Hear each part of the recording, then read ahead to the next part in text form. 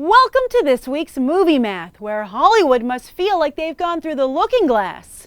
Shailene Woodley tops Tom Cruise at the box office.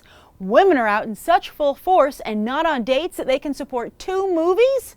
Yes, Hollywood finally got plenty of good news this weekend, but is it at the cost of everything they thought they knew about the movie business? But there is one guy who knows what he's doing, Wyck Godfrey. This prolific producer was the one to spot Twilight, and now, after so many others have tried to copy his initial success and failed, he pops up again with another teen sensation? Surely someone is wishing they'd signed a production deal to keep him at the studio post-Twilight, but they didn't, and now Fox has 2 hits already this summer, and maybe even a potential awards contender. It's hard to get any real perspective right now, as these are heady days for The Fault in Our Stars, shooting past industry expectations to take the weekend with an astounding $48 million debut. It's already made its money back. But the next few weeks for The Fault in Our Stars are critical, as it remains to be seen if it can attract audiences outside of its very young and female fan base. 82% of the audience was female and 79% under the age of 25. That second number is particularly surprising and perhaps troubling, as it means that unlike with other movies, The Fault in Our Stars is getting the kids, but not the added benefit of their parents. In comparison, the first Twilight's audience was 75% female and 55% under the age of 25. So this isn't a date movie, and it isn't a mother-daughter movie. And apparently it is a see-it-right-away movie, as The Fault in Our Stars dropped an alarming 52% from Friday to Saturday, raising even more questions about the film's long-term prospects. But as I said, it's already made its money back, and besting Tom Cruise at the box office is a priceless headline. So no matter what happens to The Fault in Our Stars in the long run, it's certain to lead to bigger and better things for those involved. Shailene Woodley is looking more and more like an actual contender for Jennifer Lawrence's current Teen Queen title, while beforehand it just seemed like something Woodley's management team dreamed up. And if this can land Woodley any Best Actress noms or even wins during awards season, well then maybe moving forward with the Divergent franchise will be a gamble that pays off for Lionsgate Summit. And look, they'll get to make some more money off of Wyck Godfrey after all. As for author John Green, Godfrey is already prepping a movie version of Green's Paper Towns, while other studios are surely combing over Green's other novels as we speak. Plus, what about that YouTube factor? Could Green get some kind of daytime talk show off of this?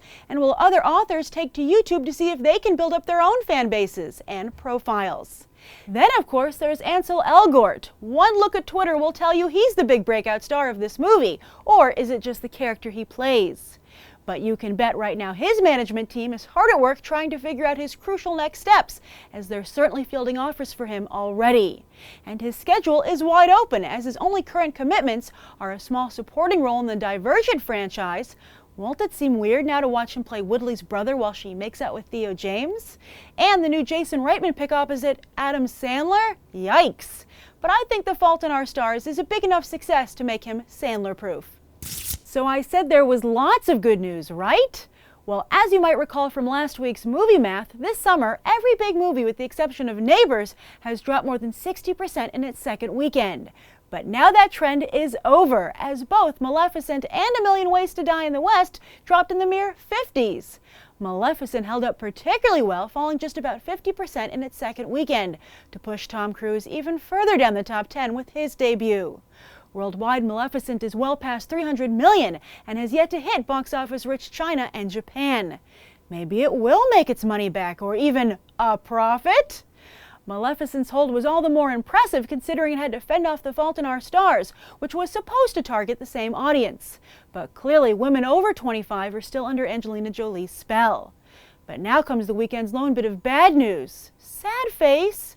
Yes, Tom Cruise found himself debuting in 3rd place, which means he has yet to escape the damage done to him by that damn couch-jumping incident. That was back in 2005, and since then, Lions for Lambs opened at number 4, Valkyrie at number 4, Night and Day at number 3, and Rock of Ages at number 3. Jack Reacher opening at number 2 and Oblivion at number 1 made it seem like Cruise had finally climbed out of the hole he'd jumped into. And maybe he had. Oblivion's steep week-to-week drops indicate that audiences might have indeed decided to trust Cruise again, and regretted it. Edge of Tomorrow opened on par with Nonstop, two enjoyably old-school picks, yet clearly old school doesn't cut it at the box office these days. And Edge of Tomorrow's budget is more than 3 times what it costs to make Nonstop. At least Cruise has Mission Impossible 5 on the horizon, and to be fair, he's not entirely to blame. Perhaps Live, Die, Repeat wasn't the best tagline for the film, making it appear as if the movie would be just like watching the trailer 40 times in a row. And watch out, Warner Brothers. Rumor has it you've cast Emily Blunt in Batman v Superman: Dawn of Justice, but it seems she's still box office poison. As for the rest of the box office, while Seth MacFarlane didn't exactly die his second weekend out, he's clearly bleeding out. Plus, while it still has many more countries to go, MacFarlane seems to be a poor shot overseas as well. Of course, he still has Ted 2, so hopefully MacFarlane will turn this into a learning experience. And one lesson is that perhaps on-screen fame isn't for him, which is totally okay because he has tons of other fame and money. Finally, it looks like I spoke too soon regarding Chef, as it expanded its theater count once again by almost 700 theaters and jumped 36%.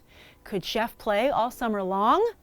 As for this coming weekend, both How to Train Your Dragon 2 and 22 Jump Street are expected to vastly improve on their previous debuts and easily take the top 2 spots. That means the only question left is how much of a bite they'll take out of the competition. Doesn't How to Train Your Dragon 2 have the same audience as The Fault in Our Stars? And that's the weekend box office. I'm Grace Randolph, and we just did some movie math. As always, thanks for watching, and I hope you'll go beyond the trailer for these other top movies.